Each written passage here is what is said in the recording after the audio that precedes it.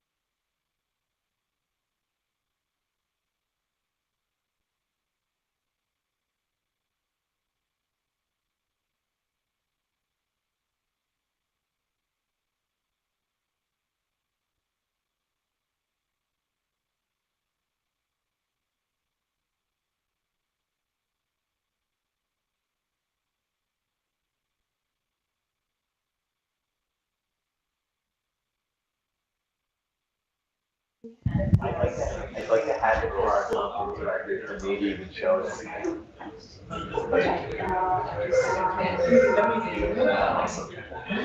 That was great.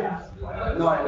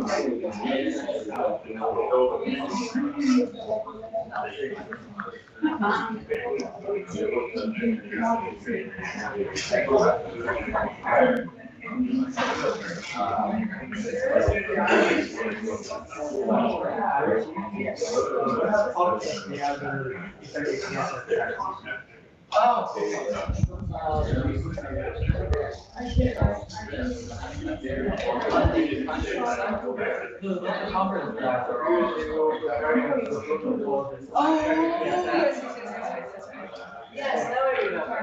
Yes, nice to properly meet you. Yeah. Yes. No, I'm used to Jared. All right. Good morning, everyone. Day 5 of the conference. Happy we've made it here. So first, before we start the session, we will have a summary session just after the session 18 about the local universe, where like some volunteers, voluntold, are contributing some summary thoughts. So please, they put these slides together. Please scan the QR code and feel free to contribute. And I think that's all the announcements. I mean, do we have anything else? No? So I'll give you 1 minute to pull up the phone and get the QR code.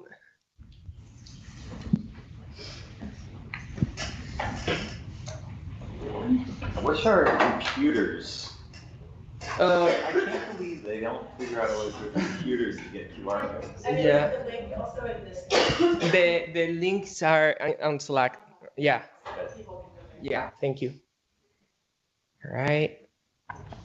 So that was all I had as announcement. So I think that people are excited today because given the amount of abstract that we got about PhotoC, I think this is the most popular session. So welcome to our session on PhotoC, session 17. Our first speaker is Justin Mouse from Princeton. So please take it away. Okay. Thanks everyone for being here on the Friday morning, and thanks to the organizers for the chance to speak. Excited to speak to you today about photometric redshifts, and this has been a really useful and timely meeting, I think. So I want to talk about redshift calibration in the early next generation lensing era, and it is Friday morning, so I figured what better way to start than with a wake-up call. And so we can look at the first photometric redshift from 1962. It's plotted on this figure here. This is what we'd call template fitting, where there's a template for what, in this case, cluster galaxy spectra look like, which is that solid black line, and some measurements averaging out over some cluster galaxies in a handful of bands of the spectrum. And the offset here leads to a redshift for this cluster of 0.29 and a reported uncertainty in that table of 2.5%. What I love about this is that there were minutes taken at the meeting where this was presented at the IAU meeting in Rome, and Fritz Zwicky was in attendance, and he said, "I doubt the value of," and then he basically said, "the entire science you're talking about, because I don't believe in these photoses." And so it's good to know what the audience is I'm talking to. So I'm curious if you think that the true redshift to this cluster is within, say, 3 sigma of the quoted uncertainty. Go ahead and raise your hand. Oh man, this is gonna be tough today. This is like less than 5%. Indeed, it's 14 sigma wrong. Okay, so work cut out for us. And the work I'll be talking about today is being done over at Princeton with Alex Amon and Jamie McCullough, as well as folks at DES and DESC. So why do we care about photometric redshifts? They're essential for interpreting galaxy lensing signals. So if we look at the Roman Space Telescope's beautiful logo, and at redshift 0, this is what it looks like to us on the left. You put this in a dark matter only simulation and put it out to redshift 1, then the lensing is going to cause it to look something like this. You boost up the lensing because weak lensing is weak. If instead it's at redshift 2, you can see the distortions are going to be stronger here. So in order to interpret the galaxy-shaped correlations we observe and interpret that lensing signal, we need to have an assessment of the redshifts of the lenses and sources. Redshift calibration at a glance. How does this look? We have these science samples of large galaxy samples for which we want to infer the redshift distributions. And in this next generation era, this is now order of magnitude billions of galaxies. And the redshift distributions are therefore these relatively broad distributions for large ensembles of galaxies. This is what it looks like for the Dark Energy Survey Year 3 results. In order to infer these redshift distributions, we have much smaller calibration samples, orders of magnitude smaller, for which we have spectroscopy or narrowband photometry. We have much smaller samples where we can construct histograms of the redshifts. And the question is, how do we link these two galaxy samples? Photometric redshifts are hard. For the science sample, just thinking about the science sample alone, there are degeneracies which limit redshift precision at a given color. This is illustrated in the left-hand side figure here. So there are two galaxy spectra plotted, an elliptical galaxy at redshift 0.3 and a spiral barred galaxy at redshift 0.5. And you can see that in, for example, the optical bands that Rubin is going to observe, these are not going to be distinguishable given the photometric noise. So they're degeneracies in redshift precision at a given color. You can call this, redshift type degeneracy. But even beyond that, there are problems in the calibration samples of well-known redshifts that we have as well. The calibration data are subject to selection bias, severely different selections than the lensing science samples that we have. And they have intrinsic errors of their own. We rely a tremendous amount on the cosmos field, where we have these photo-Zs, 30-band photo-Zs, and those have errors in and of themselves that we see when we observe spectra of those galaxies and see the biases of those photometric redshifts. Photometric redshifts are so hard that recent stage 3 analyses have redshift uncertainty, really far in excess of the stage 4 targets that have been set. This is shown in this figure.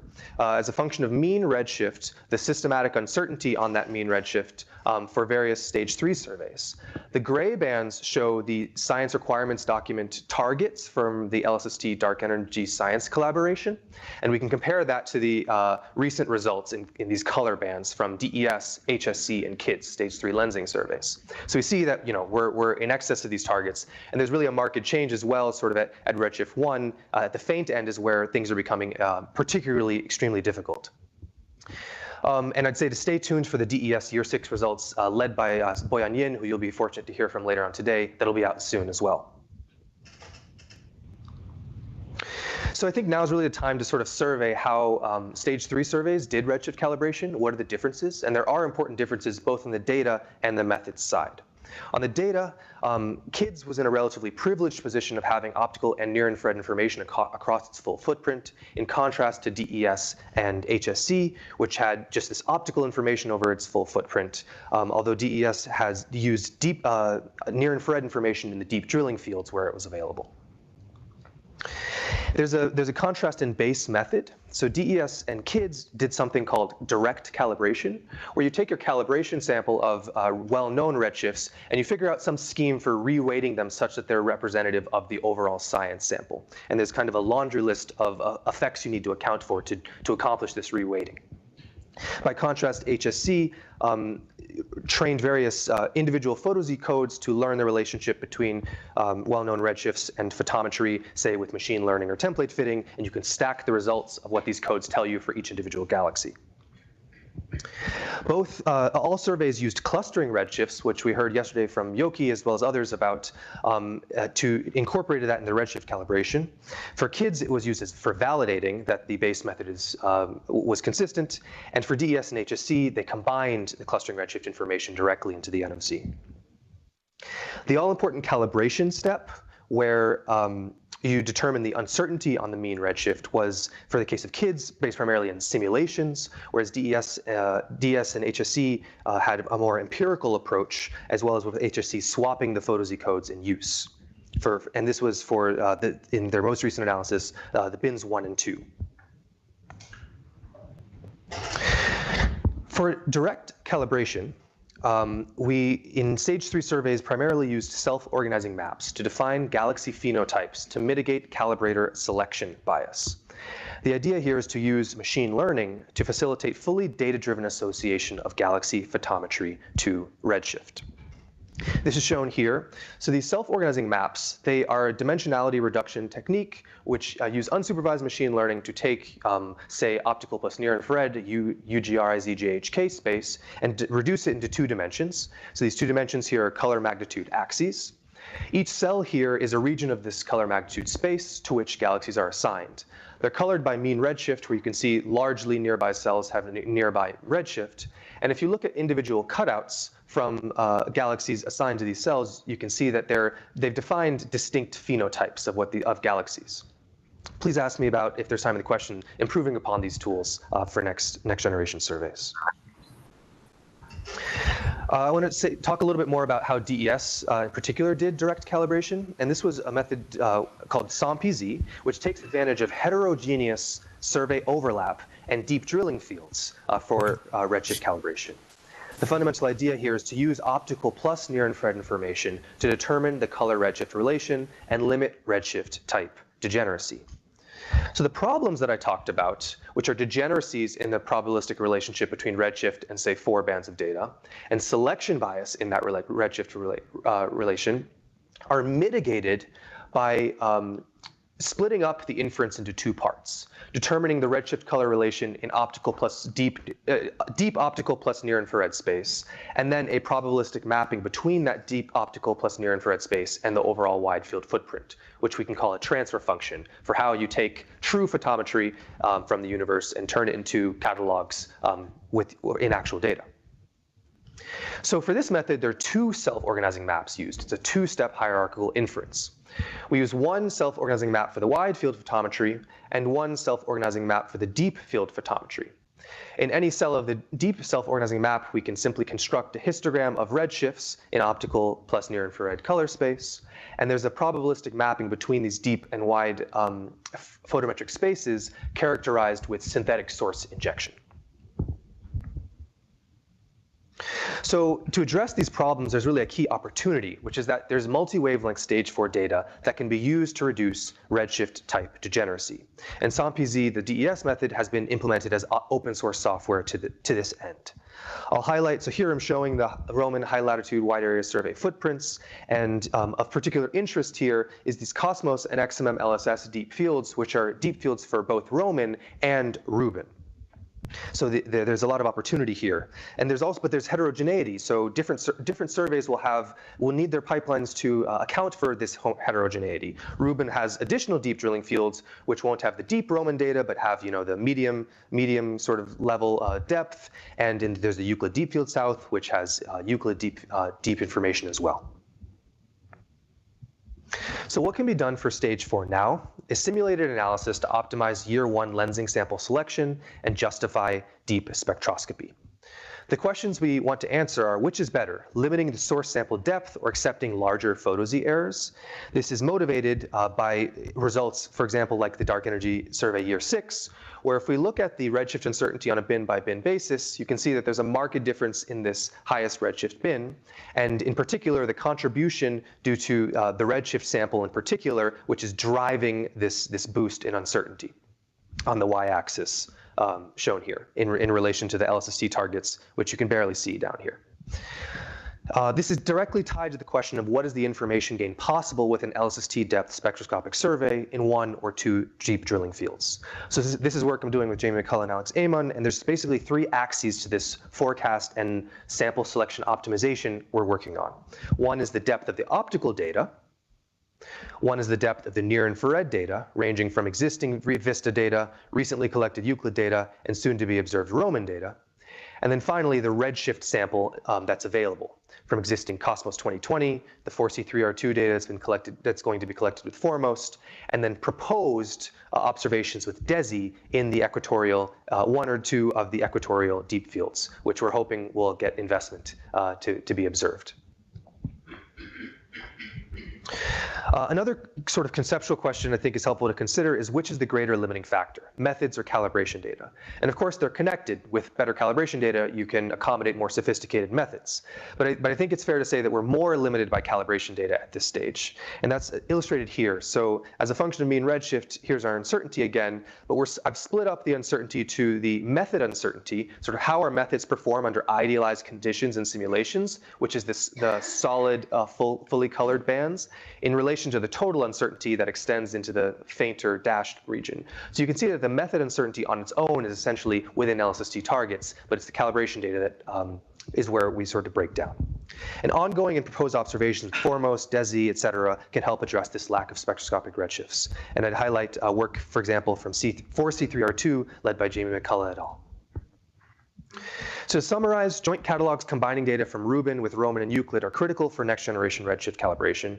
The SOMPZ framework can take advantage of overlap in the deep fields to this end.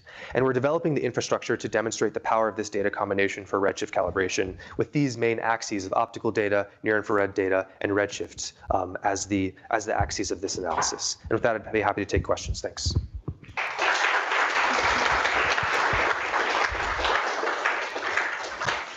Thank you so much, Justin. So a reminder for folks online, you can type your questions and our moderator will read them out loud. And in the meanwhile, please, are there any questions in the room? All right, Jenny? Yeah, so you said that your method uncertainties are lower than the sample uncertainties, maybe not in simulations, but how do you know that there's not just like some physics that's not included in those simulations that are making you too confident about your method? Yeah, so any sort of validation on simulations is going to have this concern. Fundamentally that concern will always be the case. So what this specifically is, when I say method uncertainty, for example, from the dark energy survey, we basically see how well do we recover the truth when we assume how well do we know the truth when we sort of assume we know the spectroscopic redshifts quite well, et cetera. But yes, that there are assumptions that go into that. Hi, can you give a rough estimate, like year 3, how many source galaxies will be removed because there is non-repeating calibration sample? Yes, yeah. So there were cuts made for the DES year 3 analysis. There are cuts made on color and magnitude based on where sort of we saw photometric redshift uncertainty increasing substantially. I don't know the exact number. So the final number of DES year 3 source galaxies was just a bit above 100 million. If we hadn't made cuts motivated by PhotoZ, it would have been larger than that. And then. Yeah, so it's clear that these 4-meter class observations will help a lot, but is that sufficient? Because we're really pushing limits, which, let's say, a lot of it will be 8-meter and up class. So is this sufficient, or should we really be going? I think if the question is it sufficient to use, all the depth we'll be observing with LSST? Maybe not. But is it sufficient to go deeper than we've been able to analyze with stage 3? Then yes. So you're assuming that you just cover the color space and you're fine, so that the magnitude limit is not that critical. Sorry, no, not quite. So these different surveys have different selection criteria, but it is important to have color space as well as the depth. Yeah. Let's thank Justin. So our next speaker is Brett Andrews from Pitt. And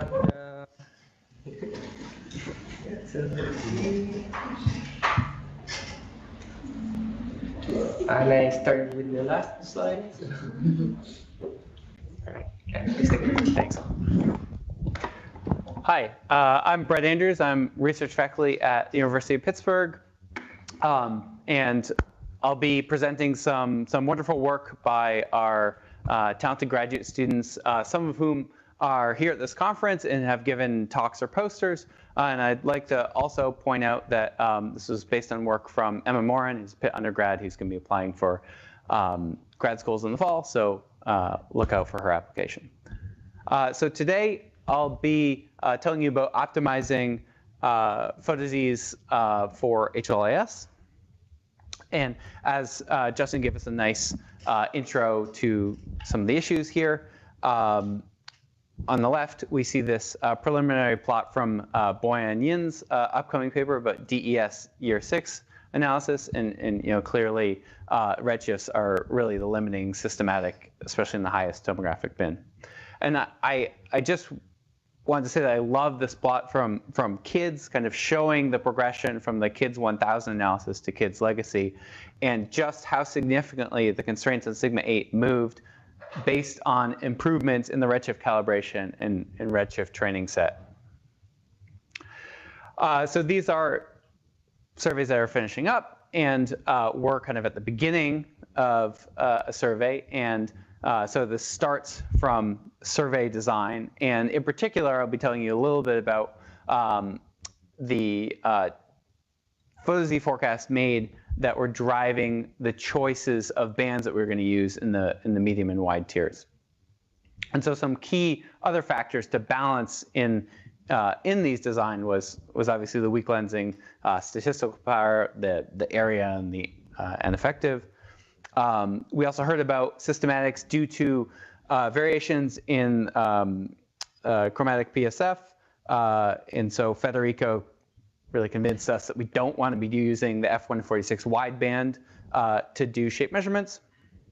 And so I'll be telling you about kind of the photosy and redshift calibration side of this process.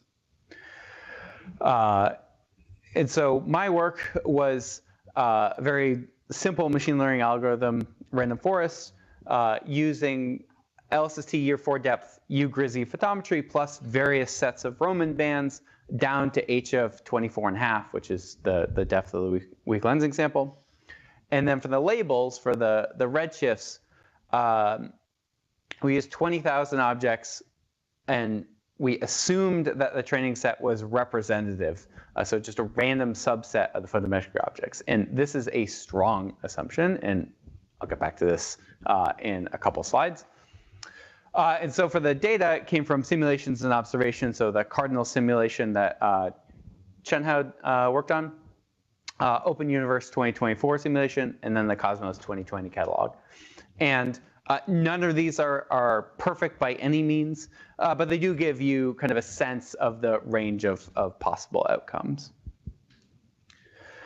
So the design reference mission was 2,000 square degrees of imaging in YJH and F184. We fairly quickly realized that F184 was not giving us much redshift information below a Z of 3, which is beyond the lensing sample. And so we decided to drop that, and in conjunction with shorter exposure times due to other considerations that gave us more time to work with, and so expanded this medium tier out to 2,400 square degrees in YJH. And we could see that, at least in the cardinal simulation here, the photoses are quite good with LSST plus Roman YJH. Now, a far more difficult question that the HLS cosmology pit was really grappling with is, with this even additional extra time, we wanted to go to more area, do a wide tier, but should this be in JH or H only? What I'm showing here are a couple of photosy point estimate metrics. So on the left, we've got the normalized median absolute deviations. This is a measure of a robust measure of scatter. The middle is the fraction of catastrophic outliers, and the right is the bias. In blue, we see the metrics for this medium tier case. So LSST plus Roman YJH. And then as we drop Roman Y, we get something like a factor of 2 worsening of metrics for LSST plus JH. And so that's not great, but you get more area. Now, the question we were specifically looking at was what happens if we also drop Y? And it turns out the metrics, at least here, don't get that much worse. But because you have half the number of bands, you can double the area that you could cover with a JH wide tier. Now, there are going to be challenges, and Federico definitely kind of pointed this out, and it's not clear exactly how optimistic we should be about being able to mitigate things like the chromatic PSF variations with only one near IR band. And Chun-Hao To performed kind of a parallel analysis with SOM-BZ going to kind of full cosmological predictions, and also showed that we could do well with H only, but again, it really depends on having a highly complete spectroscopic sample. So here's a nice illustration of this question of spectroscopic incompleteness. So this is from the Newman and Gruen review paper. So this is you can imagine this is either two color space or a SOM, where this is your photometric sample. It's densely sampled, color coded by redshift, and this is what we have for the spectroscopic sample, where there's where you're missing redshifts in a systematic way as a function of color, as a function of magnitude, as a function of redshift. And so we're kind of coming at this from several approaches. So the first is we want to create more realistic mock catalogs, and so we've done this with developing a mapping from DESI stellar continua to DESI measured emission line fluxes that we'd love to talk to the modelers and simulators in the audience about kind of implementing. I will talk about the resampling of these spectroscopic training sets to better match the photometric samples. We're also working to obtain new deep spectroscopic samples with Subaru PFS and DESI. And then Yoki had talked about calibrating redshift distributions with clustering redshifts. So here's some of the Cosmos 2020 photometric objects. On the left, you see the number of objects per cell. The middle is the redshift, and the right is the specific star formation rate. And then when you go from the photometric objects to the spectroscopic objects, you see that we're missing redshifts for a lot of the cells, and it's not just random here. And so what Finian is doing is using UMAP as an alternative for SOM to do this dimensionality reduction. And what he finds is a thin, almost 2D manifold that's crucially monotonic in redshift and specific star formation rate. And so because it's well behaved and kind of corresponds to a physically meaningful setup here, when we put in the spectroscopic objects onto the manifold, you still have the same manifold. It's just more sparsely sampled, but it will allow us to interpolate between these objects and reweight to match the photometric sample. However, we need training data for this, and as Hank was asking, what's the plan, right? So this is the recent Kostovan et al. Cosmos redshift compilation. And you can see here that at faint near IR magnitudes, and especially above redshift 1, it's fairly incomplete, so less than 10% completeness. And so we're coming at this from two directions. The first is this Subaru PFS Roman or super deep survey. So we're trying to achieve spec-Cs down to H of 24.5, so the depth of the weak lensing sample, with representative colors because it's important to get them at the magnitudes of your photometric objects. And so we're trying to get 10 to 30,000 objects, which is going to require very long integrations and something like 50 dark nights in the Cosmos and XMM LSS fields. So this will have deep Roman and LSST photometry to match. I won't say very much about the DESI Deep survey because I believe Beaver Day is going to be telling us about that in a minute. but we're hoping that we can kind of carve out, especially the lower redshift stuff, in a DESI-like survey that would be certainly very well tuned to LSST, and that would allow us to target these really faint near AR objects with Subaru, kind of in a nicely complementary way. So I'm not going to talk about this because Yoki gave a great presentation yesterday. This is just a summary of Ashad's deep learning talk on Wednesday.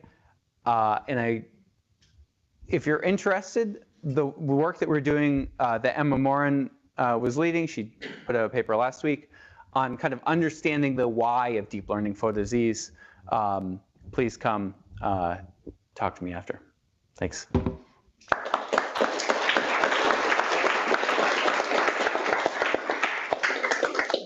Thank you so much. Are there any questions online? No? Questions in the room? Yeah. When you showed the sigma in Mars and the fraction of our life in the past, I saw that the low rate, the bias and the outlier functions was high. I was wondering why. Yeah.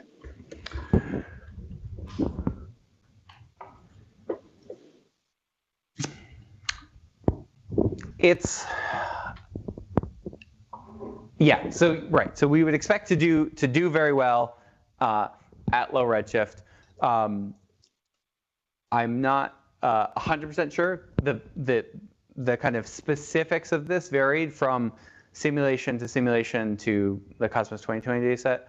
My guess is that we just didn't end up having very many species at low redshift because it was a representative training set. Most of them were faint.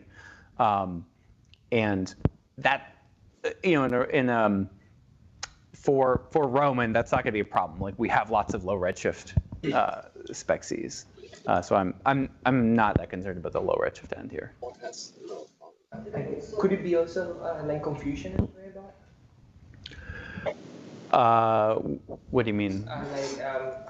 Low Z object where like one line has been identified as like a different line and you misclassify it as like high redshift source.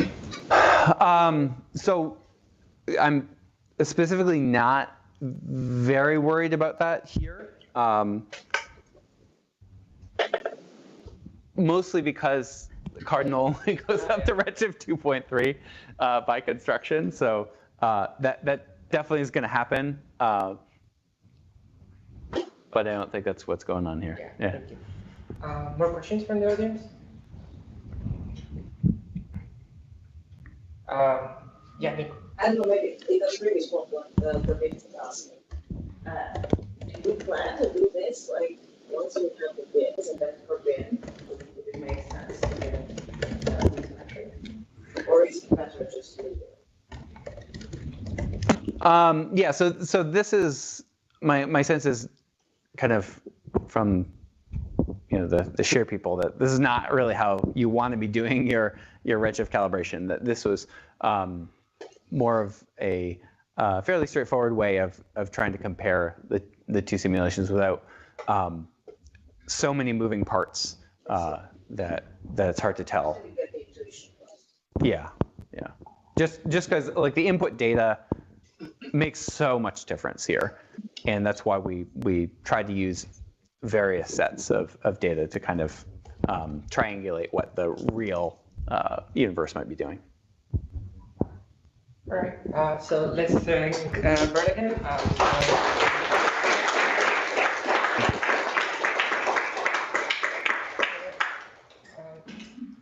Our next speaker is T.Q. Zhang from Pitt.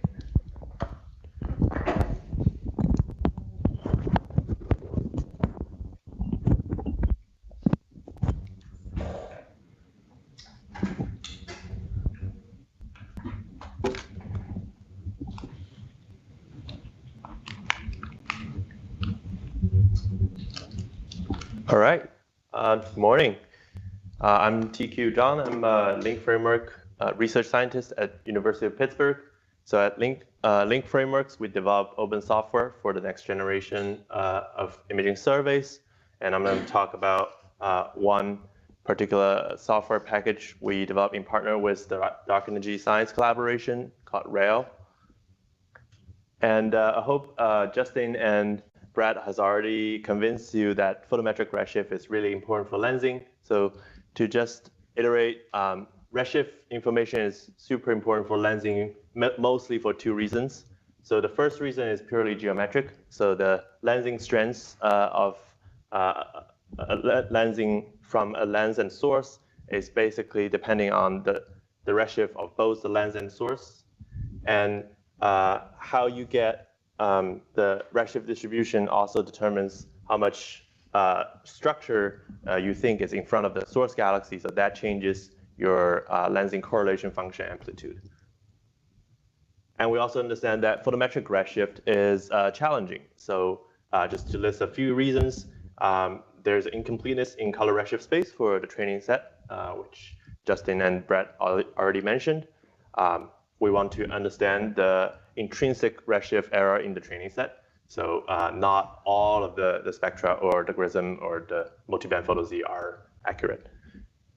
There's an impact of photometric noise. So sometimes it's not purely statistical. Noise can cause bias. And there's other observational systematics like blending, dust, etc. So photometric redshift is at the center stage of this so-called assay tension, both mentioned in the recent KIDS paper and also the HSC analysis recently out confirmed again that the choices of photometric redshift will change the assay by a significant amount. So, and we think there's a particular need for PhotoZ software in the field for a few reasons. So the first reason I want to point out is that there are dozens of PhotoZ in the market if you want to run any kind of PhotoZ. So they are written in different languages in terms of programming. They expect different kinds of input. They produce different kinds of output. So it is really time consuming if you want to do any comparison to get your sort of method variance from a data set. So here's an example of Schmidt, Maltz, et al. That compares 12 PhotoZ algorithms, and it's just very, very consuming exercise. And also, within all of those methods, not all of them are ready to be run on data set at large scale for the stage 4 surveys. So, okay, we think comparing different algorithms is hard. We want to study the different kinds of systematic in a systemic way, and we want to produce PhotoZ at scale. So these are the three reasons we want to have a modernized, modulated PhotoZ platform that can generate incomplete, imperfect training set, has different types of PhotoZ algorithm. It has to be modularized and flexible, so we can turn on and turn off different kinds of systematic when you test the pipeline. It needs to be easy to bookkeep different pipelines, variation of the pipelines. And it needs to have metrics that are informative to cosmology we're doing and can work at scale. So that's why we developed RAIL, the redshift assessment infrastructure layers. So RAIL is an open source software library that provides a platform for PhotoZ studies. The RAIL team is based in Dark Energy Science Collaboration, but it's also envisioned to serve a broader community, including the Roman survey. So developer of RAIL includes desk pipeline scientists, Link framework scientists and engineers, and desk in-kind contributors. In 2024, we released our version 1.0, and this year we released our version 1.0 paper. So check that out. So we have a very diverse, dynamic team across many, many time zones, including many here, such as Eric Charles and Justin Mars. And we all put in a tremendous amount of work to make this happen. So the basic ingredient of RAIL are called stages. So different stages serve different kinds of function, and they're really the parent classes of all the PhotoZ methods. So I just want to list a few types of stages that are important to understand. So we have, for per object photo Z, we have 2 stages that's called the informer and the estimator. So the function of an informer is to take training set or any reference information and turn them into models. Those models then can be fed into the estimator and together with the photometry you want to infer on and produce photo Z.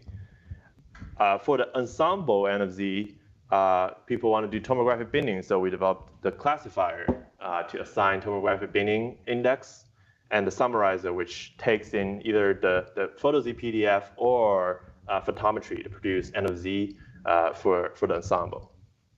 So here is an exhaustive list of the methods currently is in Rail. I'm not going to explain through everything, but just to summarize, we have 2 template fitting methods, BPZ, LaFar. We have a collection of machine learning methods.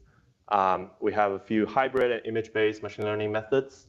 And for ensemble N of Z, we have a few more on the naive side methods, but we also have more complex methods like SoundPZ that Justin developed and et al. Developed, and also single tier SOM that are used in the KITS analysis.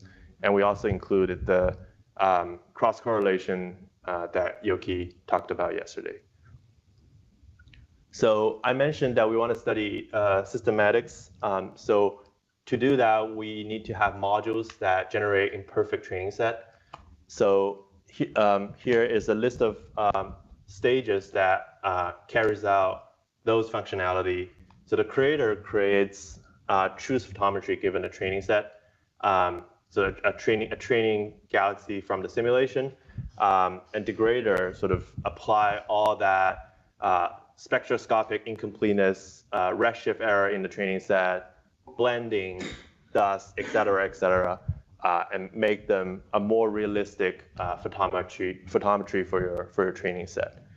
And we also implemented numbers of metrics in the evaluator to assess the performance of various pipelines. So Rail is very flexible, and it's we have made a number of efforts to adapt Rail for Roman.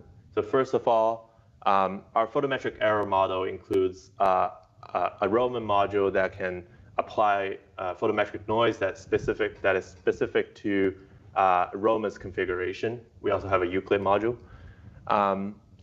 For the machine learning methods, it is more trivial to add more bands. So you basically include more Roman bands on top of other bands you're using.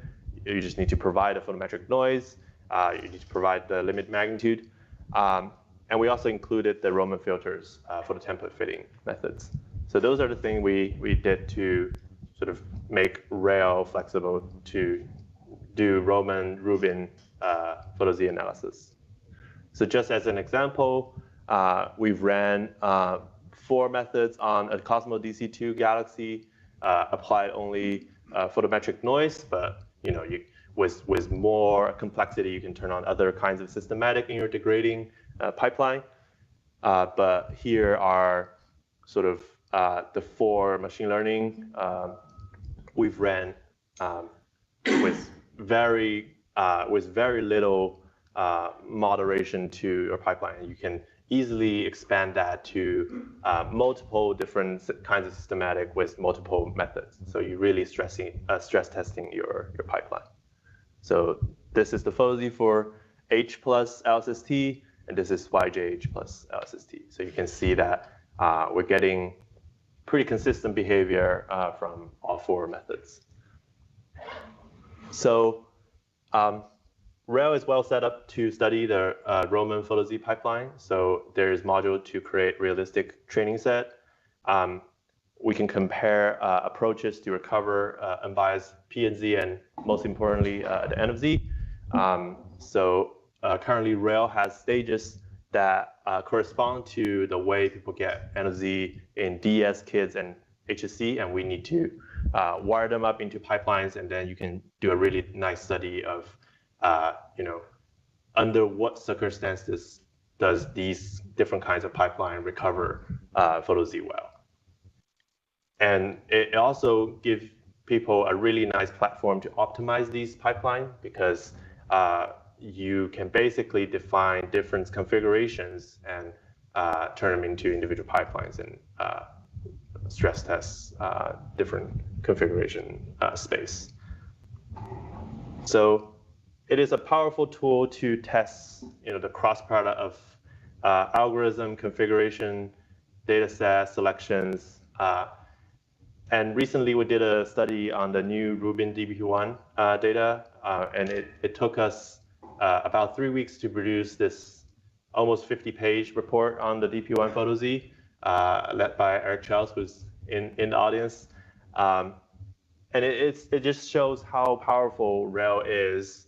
And we think we have set up a really good infrastructure for people to do photo Z science for Roman here.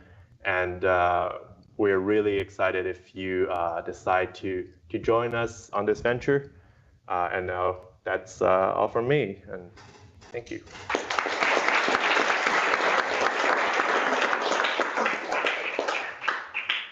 Thank you so much, TQ. So are there questions?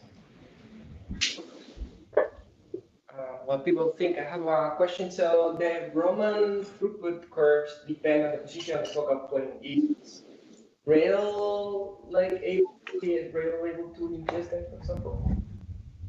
We currently don't have position-dependent filter curve implemented, but is COAD photometry going to be calibrated to a uniform field? Because that's also kind of an issue for LSST2. And to my understanding is the photometry are calibrated to the same sort of 0 point for the COAD. Any other questions?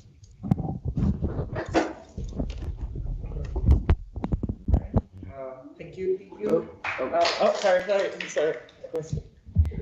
One question from online. Can you hear this? Okay.